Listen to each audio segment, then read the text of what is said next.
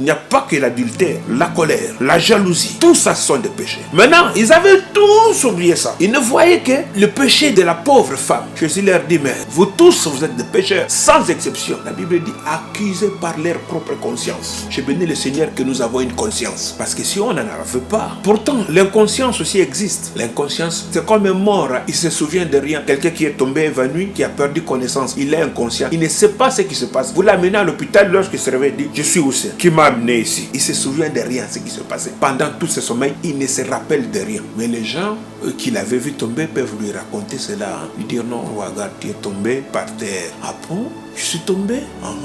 Et c'est le travail du Saint-Esprit. Il va un jour toucher un pasteur. Il va prêcher sur tout ce que tu dis que tu ignores. Tu ne savais pas que ce sont des péchés. Et tu vas dire que voilà, on a raconté ma vie à ce pasteur-là. Non, c'est le Saint-Esprit qui veut que tu sors de l'inconscience. Et il y a aussi le subconscient. Des choses que tu as fait que tu as oubliées. Tu penses que ça n'existe pas. Le Saint-Esprit ira fouiller dedans et va le mettre à jour. C'est son travail.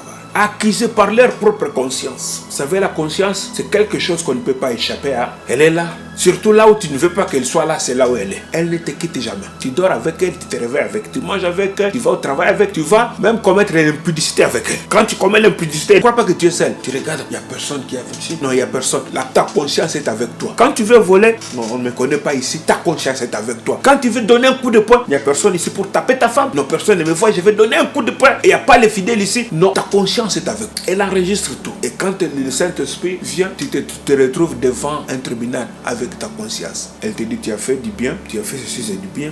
Ça c'est mal. Tu ne peux même pas résister à ta conscience. Des fois, on fait beaucoup d'efforts pour convaincre les gens du péché. Mais devant ta conscience, tu ne feras même pas un effort. Parce que tu te dis, ça c'est du bien, ça c'est du bien. Tu connais. Il n'y a pas que l'adultère. Je te dis, le problème c'est le péché. Et c'est dommage qu'aujourd'hui, dans un grand nombre d'églises, on ne prêche plus sur le péché. Tu es béni, tu vas acheter une voiture, tu vas acheter une maison. Tu seras la tête et non la queue. C'est bien, mais notre grand ennemi c'est le péché. Et nous l'avons oublié. Nous l'avons laissé tranquille. Et nous continuons à montrer du doigt les femmes adultères. Nous pensons qu'il n'y a que ceux-là qui commettent l'adultère qui sont dans le péché. Parce que très souvent, nous trouvons même des versets pour défendre nos péchés, nos manquements. Mais devant notre conscience, nous savons pourquoi nous avons fait ceci. Nous savons que non.